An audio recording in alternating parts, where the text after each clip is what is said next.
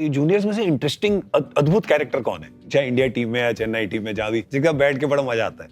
सारी यही मैं देखता हूँ तो मैंने कहा ये भी थोड़ा सा पागल सा लग रहा है ये भी थोड़ा पागल सा लग रहा है, नॉर्मल वाले थोड़े कम ही आ रहे हैं।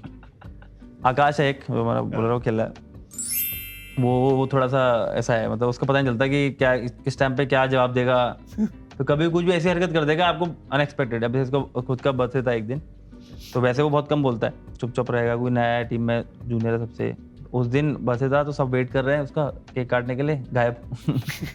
फिर धीरे से निकला, ऐसे ऐसे डांस करता हुआ करके नीचे से ऐसे करके। बस सोच लो जो आदमी चुप रहता है और अपने बढ़ते फिर एकदम से अलग उसका नया रूप दिख रहा है, ऐसे करके आया, खुद केक काटा, खुद ही खाया, खुद ही लगा लिया। कह रहा कोई लगाया उससे पहले खुद ही लगा लो।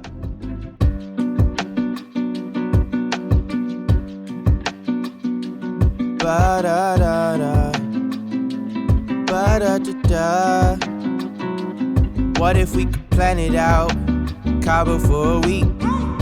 ये है सन ऑफ द सॉइल, ये है किंग ऑफ स्विंग, ये है दीपक चहर, जो दिल से सुनाएंगे अपनी कहानियां और किस्से on Skoda presents breakfast with champions.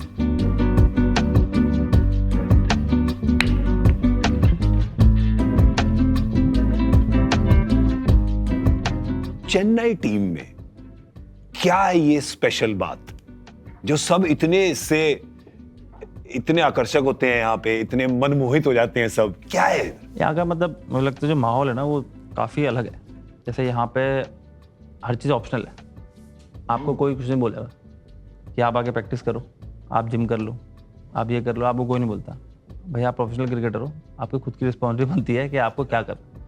अगर आपको आज प्रैक्टिस करनी है आज करो, कल करनी घर करो, नहीं करनी मत करो, रेस्ट चाहिए आपको रेस्ट करो, बट आपको ग्राउंड में परफॉर्म करना है, वो सबको पता है। कोई आपको अगर मैच हार भी जाते हैं तो कोई आपका आगे उंगली नहीं करता है यहाँ पे।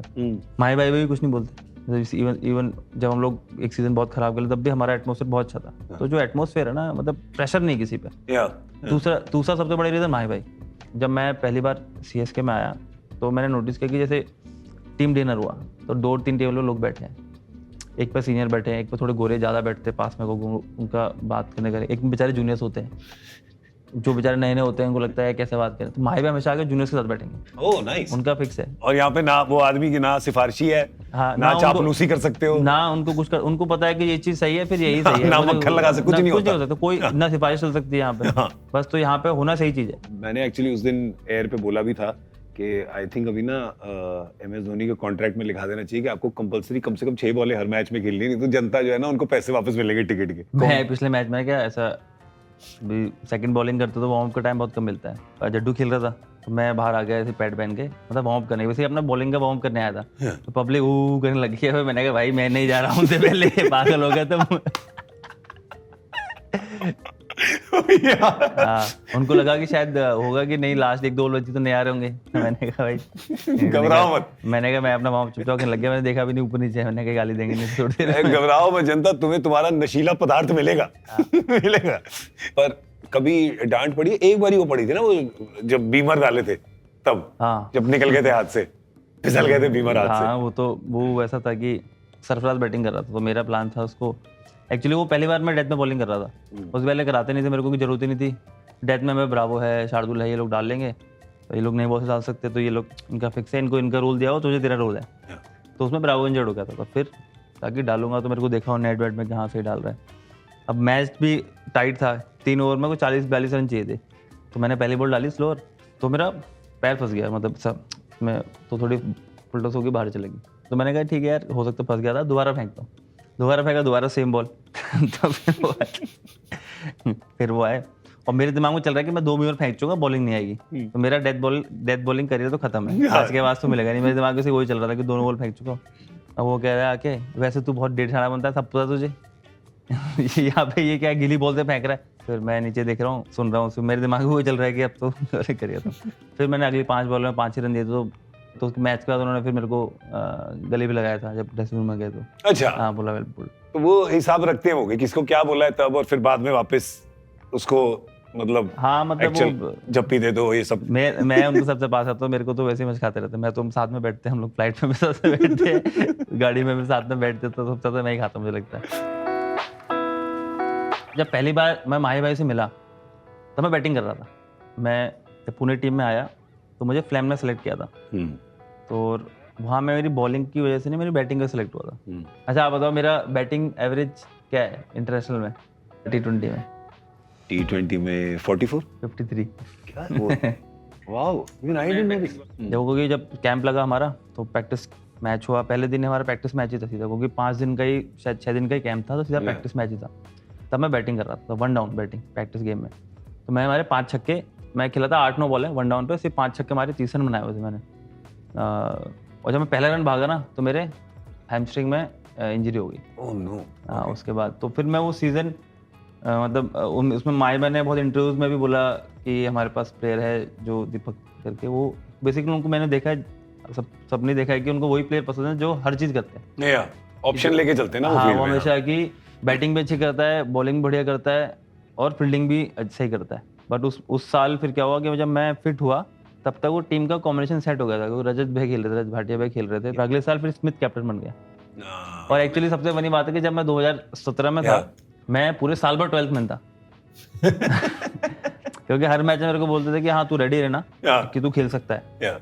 अब जो बंदा 12th में है उस टाइम पे तो ये होता था खेल सकते हो, ग्राउंड पे आके पता लगता था कि आप नहीं खेल रहे हो या खेल रहे हो। अब प्रिपरेशन आपको सारी करनी है, मेंटली भी सबके लिए प्रिपेयर करना है कि अरे यार ये आया तो उसके बॉल डालने है। पूरे साल भर में 12th में रहा। जो सबसे बड़ा मुझे लगता है कि हेक्टिक काम था कि डेली शाम को प्रिपेयर करो, जाके फिर सुबह डिसअपॉइंट हो जाए या नहीं खेल रहा। यही वो कहावत है ना इंग्लिश में कि all dressed up and nowhere to go. हाँ वही था। रेडी वेडी हो गए पूरी, वो पार्टी नहीं हो रही है। जब नेक्स्ट ईयर आया 2018 में टीम, उन्होंने ऑप्शन में लिया मेरे को, तो जो पहला मैच खेलने की बात हो रही थी तो फ्लेमिंग उसमें था कि इसको 1-2 मैच बाद खिलाते हैं, किसी जो सीनियर प्लेयर को खिलाते हैं। तो मायबा ने बोला था कि ये तो खेलेगा सारे मैच, 14 के 14 मैच खेलेगा, इसके अलावा बात करूँ। इवन मुझे काशी सर ने बताया जब टीम लिखी 2018 की, सबसे पहले नाम तेरा ही लिखा था। वाह, थोड़ा रोंगटे खड़े होने वाली है कहानी है। तभी तो इंडियन क्रिकेट इतनी, मैं हर जगह बोलता हूँ कि IPL ने जो इंडियन क्रिकेट को दिया है वो, या प्लेयर्स को दिया है, वो बहुत कुछ है। एक तो प्लेटफॉर्म वाइज भी, जनता के सामने पहली बार खेल रहे हो आप, 40-50 हज़ार खेल रहे लोगों के सामने, वो प्रेशर, वो हर आदमी हर चीज़ हैंडल नहीं कर सकता है।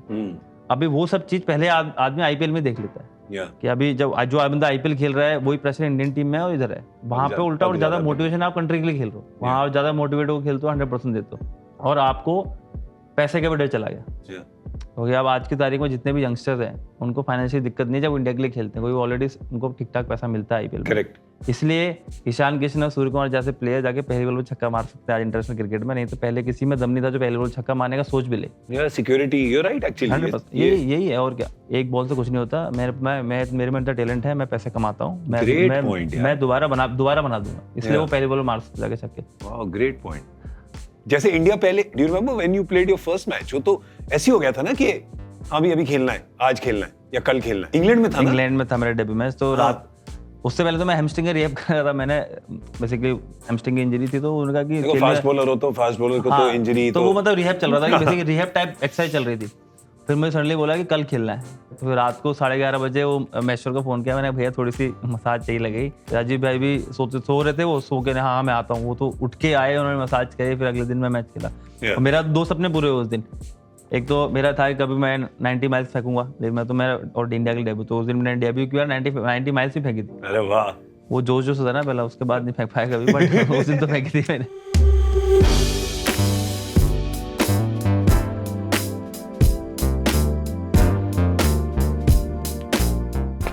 मेरे फादर पहले एयरफोर्स ज्वाइन किया था, पहले पहलवान थे। पहलवान में थे नहीं, मतलब गांव में वही था यूपी के में कि स्पोर्ट्स में पहलवानी करते थे सब लोग थोड़ा, फिर भाग दौड़ थोड़ी होती। तो मेरे दादाजी चाहते थे मेरे पापा को पहलवान बनाना, क्योंकि मेरे फादर बहुत अच्छे थे उसमें, रेसलिंग में। तो मेरे चाचा और बताते हैं कि वो एटलीस्ट उन्होंने 150-200 फाइट किए, कभी नहीं आ रहे। ओह वाह, दे वाज वेरी क्विक वैसे उसमें फाइट के अंदर। फिर उनके फूफा जी थे, वो एयरफोर्स में थे, तो बताते हैं कि जब वो गाँव में आते थे तो अच्छे कपड़े पहन के, उनका रुतबा अलग होता था, तो लोग उनकी रिस्पेक्ट अलग करते थे। तो उनका था कि इस बेकार है, एयरफोर्स ज्वाइन करूँगा, उन्होंने एयरफोर्स ज्वाइन किया। उस टाइम पर तो कुछ था नहीं, एक्सपोजर था नहीं ना गाँव में, ना टीवी थी ना लाइट थी, कुछ नहीं था। अब जा भी आप कुछ ही जगह सकते थे, कि शादियों में जाते थे लोग 15-15 दिन बाद आते थे, 1-1 महीने की शादियों में। अरे वाह, क्योंकि जाने में लगते थे कई दिन, 4-4 5-5 दिन। वहाँ पे फिर दावत चलती थी फ्री की, तो वहाँ पे एंजॉय करते थे लोग सब लोग, मतलब पूरा गांव खातिरदारी करता था बेसिकली वहाँ पे। ओह वाह, तो कल्चर उस टाइम ऐसा था, 10 बजे के बाद 10 से लेके शाम के 4 बजे तक, जब तक धूप वापस कम होती है, सिर्फ पत्ते खेलते हैं वहाँ पे। अच्छा। हाँ, गाँव का कल्चर ये है, सिर्फ पत्ते। तो मेरे को सारे कार्ड्स गेम आते हैं, कुछ भी खिला लो। तो कौन सी गेम्स हैं? सारी जो सीप, दहला पकड़, वो पता नहीं जो गाँव में सब खेलते हैं। दहला पकड़, हाँ सुनाइए। काली बेगम, ये पता नहीं, और लाद बोलते थे हमारे यहाँ। लाद, हाँ, इसमें बेसिक झूठ बोलना होता है कि ऐसे करके। ब्लफ होता है। ब्लफ, हाँ। ब्लफ से जुड़ी मिली जुली गेम होती है। लाद, हाँ मतलब ऐसे ही कुछ ऐसे ही होता है सेम। क्योंकि उस टाइम पे फिटनेस का कॉन्सेप्ट नहीं था ना, डाइट का कॉन्सेप्ट था। डाइट में मेरी डाइट कहती, मैं 100 बादाम खाता था डेली। 100 बादाम, 3 लीटर दूध।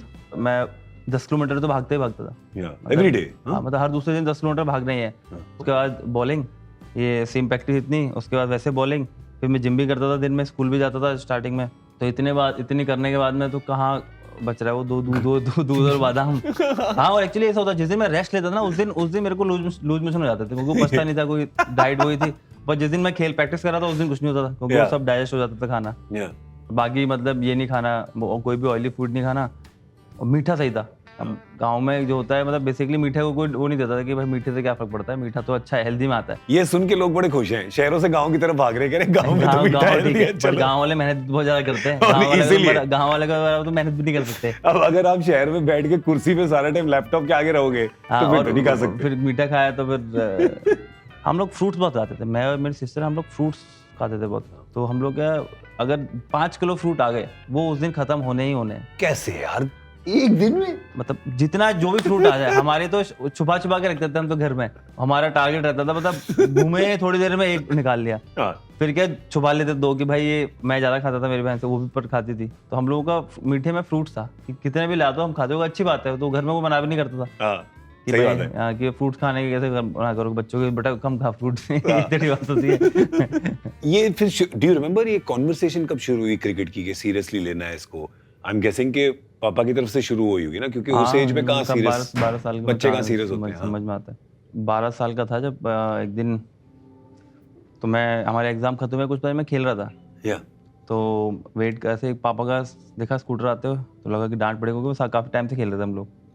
तो पापा आए, उन्होंने फिर टिफिन दिया खाने का, क्योंकि शायद मैं लंच नहीं गया था, खेल ही रहा था। तो उन्होंने टिफिन दिया, बड़ा खुश हुआ, आज तो डांट भी नहीं पड़ी है, टिफिन दिया पापा ने खाने का, इनाम भी मिल गया। हाँ, मतलब फिर खाना वो खाया, खेल के गया घर। तो पापा ने पूछा कि बुला के, अच्छा बता तुझे लाइफ में क्या करना है?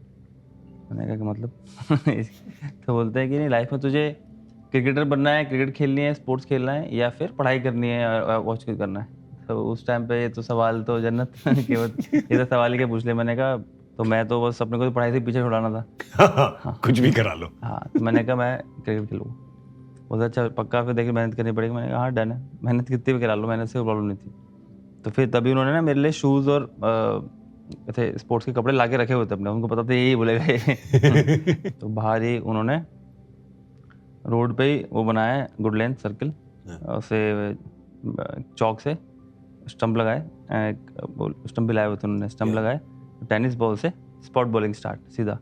और फिर जब उन्होंने मेरे को सोचा कि इसको खिलाना है, तो उन्होंने किताबें भी पढ़ी टेक्निकली कि क्या क्या होता है, थोड़े समझने के लिए। मैं, लोग ऐसे मेरे से पूछते हैं कि स्विंग बॉलिंग कैसे सीखी, तो स्विंग बॉलिंग तो मेरे फादर को पता था कि भाई स्विंग होती है, इन स्विंग आउट स्विंग दोनों। तो वो बॉल पकड़ते थे, मैं उनके हाथ में डायरेक्ट स्विंग प्रैक्टिस करता था। और हम फेंकते थे 500 बॉल है डेली की। तो 250 इन स्विंग, 250 आउट स्विंग। आज किसी को बोल दो, कोई पूछने आएगा ना कि भैया मेरे को स्विंग सीखनी है, तो उनको बोल दो कि भाई स्विंग प्रैक्टिस बहुत जरूरी है, तू कर ले। उनको बोलता हूँ कि 50 बॉल ही करो काफ़ी है, बट डेली करो। वो 50 बॉल भी नहीं करेगा कोई, मैंने 500 डेली फेंकी है। तो वो, और लोग बोलते भी है कि है ना कि ये नेचुरल स्विंग बॉलर है। मेरी डिक्शनरी में नेचुरल कुछ नहीं होता। जो चीज़ आप सबसे ज़्यादा करते हो अपने अर्ली स्टेज में, वो आपका शॉट अच्छा बन जाता है। अब सूर्य जो शॉट्स मारता है, वो आज तो मारने लगा, वो बचपन से मार रहा है। वो बहुत आउट भी होगा, उसने बहुत गालियाँ भी खाई होंगी कोचेस से, उसके बहुत जगह सिलेक्शन भी नहीं होंगे शॉट की वजह से, बट वो मारता रहा। वो बचपन से आप बोलते हैं ये तो बहुत, इसका ये वाला शॉट तो बहुत अच्छा है, नेचुरल है। अब नेचुरल कुछ नहीं, बहुत मेहनत की होगी उसने, बहुत ज्यादा स्ट्रगल किया होगा हर चीज में। Your father made these two nets for you, मतलब ये उन्होंने अपनी सेविंग से, अपने बहुत बड़ी इन्वेस्टमेंट होती है, काम होता है ये सब। लोन भी लिए थे उस टाइम पे तो हाँ, एयरफोर्स में उस टाइम पे पे कमीशन लगा नहीं था, तो सैलरी बहुत कम थी। अब विकेट बनाना है खुद का, प्रैक्टिस के लिए बनेगा कैसे विकेट, तो भाई रिसर्च की, उस टाइम गूगल में था, बट थोड़ी रिसर्च की कैसे, हाँ कि भाई नीचे खोदा, और सोचो मैं 12 साल का लड़का हूँ, खोद रहा हूँ, मैंने खुद ने खोदी है पूरी पिच। हाँ मैंने पूरी खुद खोदी है। अब हमारे पास रोलर नहीं, हाँ हमारे पास रोलर नहीं था, तो हम रोल कैसे करते थे, मतलब बहुत, मैं आगे इसको बताऊंगा तो बहुत फनी तरीका। जो बैट होता था, बैट जो पीछे का साइड है वो ऐसे होता है, ऐसे होता है पीछे से, तो ऐसे करके उसको मारते थे बैट से, सोच लो, उससे हम रोल करते थे। मतलब मैं और मेरे फादर आधा विकेट बनाया था हमने, तो आधे जब पानी डाला, थोड़ा जब गीला होता है ना, तो उसे ऐसे ठोक ठोक के उसको हम थोड़ा लेवल करते थे, क्योंकि चिकनी मिट्टी हो जाती, उससे हार्ड करके उस पर प्रैक्टिस करते थे। फिर हमने, मेरे को एक दिन कोई राउंड सा, मैंने जमीन के अंदर मैंने कोई राउंड सी चीज़ देखी, कोई सीमेंट का कुछ होगा गोल सा, मैंने कहा ये थोड़ा रोलर टाइप लग रहा है। मैं अपने दोस्त को ले गया, मैंने निकाला उसको, उसमें बेचारे को बिच्छू काट गया। वो बेचारा निकाल रहा था, बिच्छू काट गया। फिर हम उसको लेके गए हॉस्पिटल, तो बोला कि ठीक है कुछ नहीं, बट हमने वो निकाला, फिर उसको हम रोल करके लाए, उससे फिर हम उससे रोलिंग करते थे।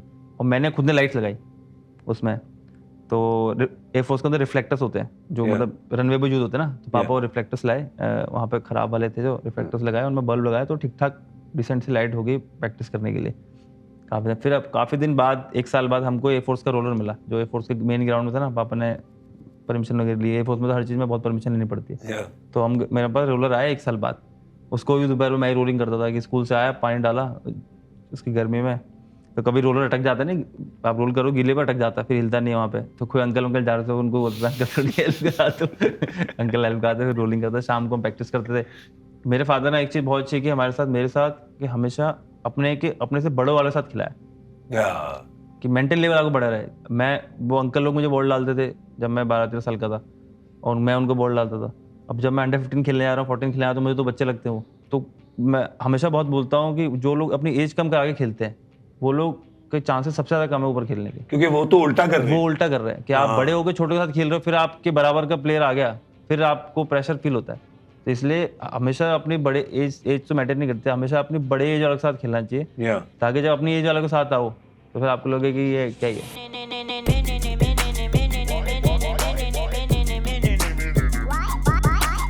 पर Rahul, your brother was with you, उसने भी कोशिश करी थी पहले कि फास्ट बॉलिंग करेगा स्पिनर बनने से पहले। वो उसको तो 8 साल में स्टार्ट हो गया ना क्रिकेट खेलना, तो उसमें तो ऑप्शन था ही नहीं, तो उसको मैंने पहले बुलाया, मैंने कहा वो क्रिकेट खेलने, मैंने कहा वो बोलता कि मुझे भी क्रिकेट खेलनी है, आज मैंने कहा फास्ट बॉल डाली, मैंने कहा तेरे बस की नहीं, छोड़। फिर मैंने कहा तू बैटिंग कर, बैटिंग में डरता था बॉल से, मैंने कहा तेरे बस का नहीं है, मैंने कहा ऑफ स्पिन का कोई फ्यूचर है नहीं लाइफ जिंदगी में आगे, मैं तो लेग स्पिन डाल के दिखा, तो लेग स्पिन डाली तो थोड़ी सी लेग स्पिन, मैंने कहा तू आज चल leg spin. Wow, fast audition. हाँ, एक दिन पापा ने भी देखा, अब ने कहा कि हाँ ये लेग स्पिन गया, तो एक दिन राहुल को बोला कि तू बैटिंग कर, तो एक छोटा सा बच्चा था, उसको बोला बॉल डाल, उसने बॉल डाली, सिंथेटिक बॉल से करते थे, तो उसकी पहली बॉल सीधी तरह लगी बक्की में, यहाँ पे, तो छोटा सा रोने लग गया, बैठ गया यूँ करके, मैंने बड़ी मुश्किल से उसको खड़ा किया, मैंने कोई बात नहीं, कभी कभी लग जाती है, सबके लगती है, कोई दिक्कत नहीं। अगली बॉल सेम जगह।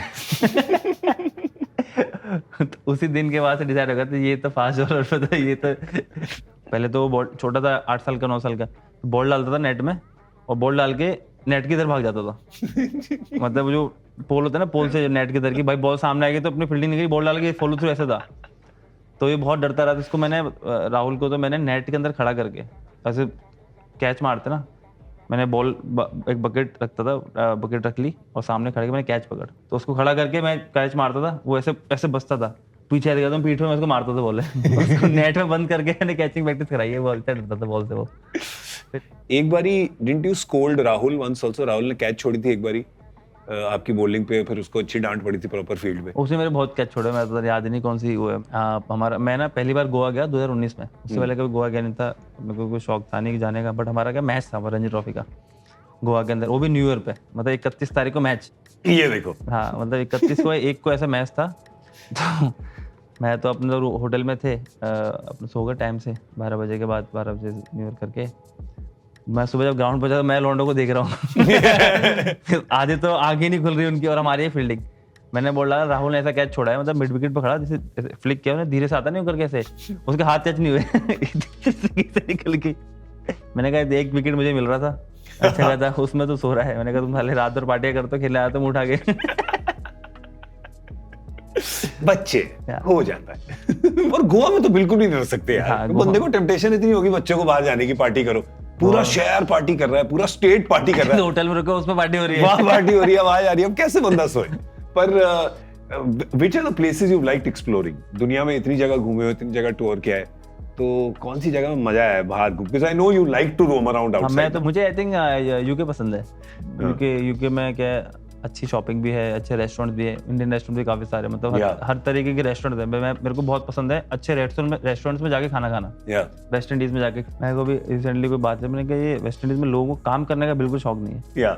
मतलब वहाँ पे जो काम चोरी जो है ना नेक्स्ट लेवल पे है। हम एक रेस्टोरेंट में गए, वहाँ पे वो लेडी थी जो सर्व करने वाली, कहती है हम लोग बंद है। मैंने कहा भाई इसमें तो लिखा हुआ है 12 बजे। नहीं हम लोग we had a very busy weekend so we will open after 2 hours. Tuesday था, मंडे स्किप कर गई वो, कह रही है वेरी बिजी वीकेंड है। तो हम लोग जाने लगे तो उसको एक बंदा जो ओनर आया होगा शायद, कहाँ जा रहे हो? मैंने कहा भाई मना करिए, नहीं I will get you food. तो वो उसने ला के दिया हमको। वहाँ पे काम का किसी को मतलब नहीं है। और एक चीज मैंने नोटिस करी वहाँ पे ना कोई बाइक नहीं चलाता। अच्छा, कभी नोटिस करना अगली बार में, बाइक मिलेगी नहीं तुम्हें, चाहे टूटी फूटी गाड़ी होगी बिल्कुल, मतलब उसका इतनी चाहे 3 पहिए पे चला लेगा आदमी गाड़ी, बट बाइक पे नहीं घूमता। तो मैंने पूछा किसी बंदे से कि मैंने कहा भाई यहाँ पे बाइक, बोलता है हाँ चलाते हैं बट मैंने देखी नहीं रोड पे। बोलता है यहाँ पे लोग अपने शान के खिलाफ समझते हैं बाइक अच्छा, चलाना। अरे वाह, कि चाहे गाड़ी कैसी भी हो वो चलेगी, बट बाइक पे गए तो मतलब नहीं।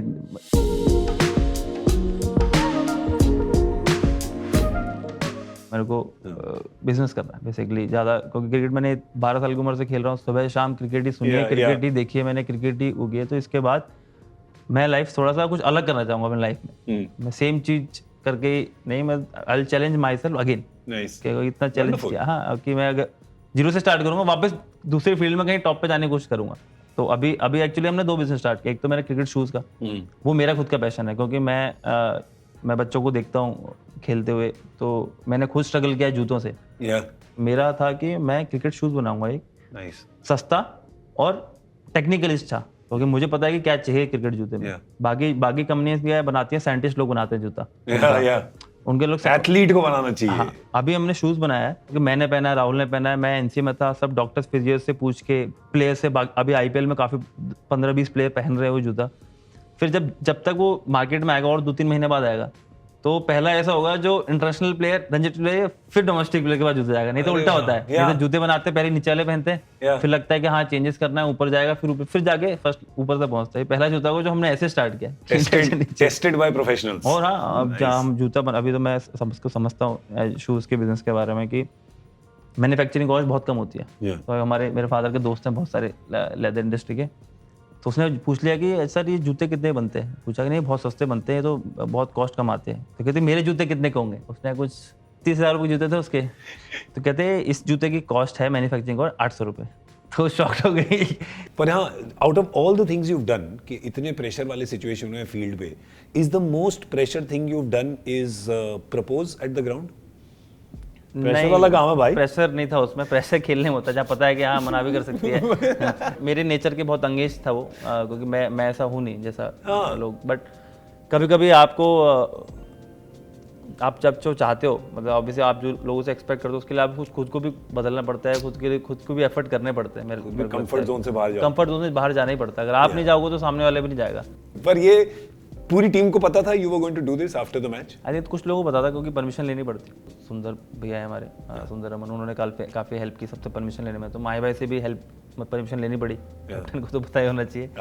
उन्होंने ये बोला था कि भाई तुम ये उसको बोल दो कि पहले मैं सोचा था कि फाइनल के बाद करूँगा, तो ठीक है खत्म हो जाएगा टूर्नामेंट, उसके बाद मुझे तो लग ही रहा था कि हम जीतेंगे, बट हो भी था कि नहीं भी हो सकता है, नहीं भी पहुँचे फाइनल में, तो हार गए तो फिर कैसे होगा, माहौल अलग होगा। फिर उन्होंने कहा कि तू भाई क्वालिफायर से पहले ही कर ले, क्योंकि भाई मैं चाहता हूँ कि सेमीफाइनल में ज़्यादा फोकस रहे गेम पे। तेरे दिमाग से निकल जाएगा तो एटलीस्ट गेम पे तो फोकस करेगा। तारीख भी 7 है, उस बढ़िया दिन है, तो कर ले। मैं 7 तारीख, योर फेवरेट, हिज फेवरेट, दोनों का favourite. Your birthday 7, his birthday 7। तो फिर और वो बॉक्स भी 7 था, 7 और बॉक्स। क्या व्हाट आर यू सेइंग? तो फिर मैच के दौरान did he, so of course he told you कि हां भाई पहले कर दो, प्लेऑफ में मत करो, पर हम तो क्वालीफाई कर ही गए थे। हां, तो मैच के दौरान थोड़ा हो रहा था ये कि बाद में करना है। इसमें मेरे को डिसाइड करना बड़ी बात थी, अब करने के लिए तो कुछ नहीं था उसमें, ऐसा मेरे को लगता नहीं, क्योंकि प्रेशर जब ज़्यादा होता है, अब 2 इतने सारे लोगों के बीच में खेल रहे होते हो, पहली बार बॉल डाल रहे हो, पता है जीतना हार है, वहाँ प्रेशर होता है। उसमें तो कोई प्रेशर ही नहीं था कि ऐसा कुछ बट उस मैच में वो हुआ कि मार पड़ रही है सबको, केएल राहुल ने उसको कुछ 92 रन बनाए थे कुछ 30-40 बॉल में, बहुत मारा सबको, सब मार खा रहे, माए मेरे को बॉलिंग दे बार बार, तेरे को बहुत जल्दी जाना ले, और बोल के दे रहे हैं तेरे को जल्दी जाना ले। क्वालिफाई तो हम कर ही गए थे, 12 ओवर में मैंने 4 ओवर फेंक दिए थे, मार खा रहे जल्दी, और कुछ बॉल को तो उन्होंने बॉलिंग हुई थी कि तेरे को बहुत जल्दी ना, तू मार खा ले। तो जल्दी मैच होता है जाके फिर। Excellent, thank you so much, मजा आ गया यार। चलो मैं तो कह रहा हूँ कि अगर हम यही और भी बैठे रहते 1 घंटा तो और बातें चलती रहती। तो amazing. Footstep on the beat. Make a man's run till he step out the crease. When the whole place scream, gotta get out the.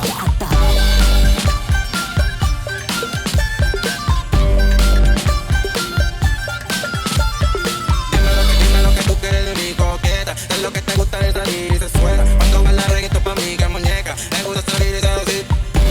I'm off for a test drive in the Skoda Kushaq, India's safest family car. आप भी अपनी test drive आज ही book करें। I'll see you soon with the next champion.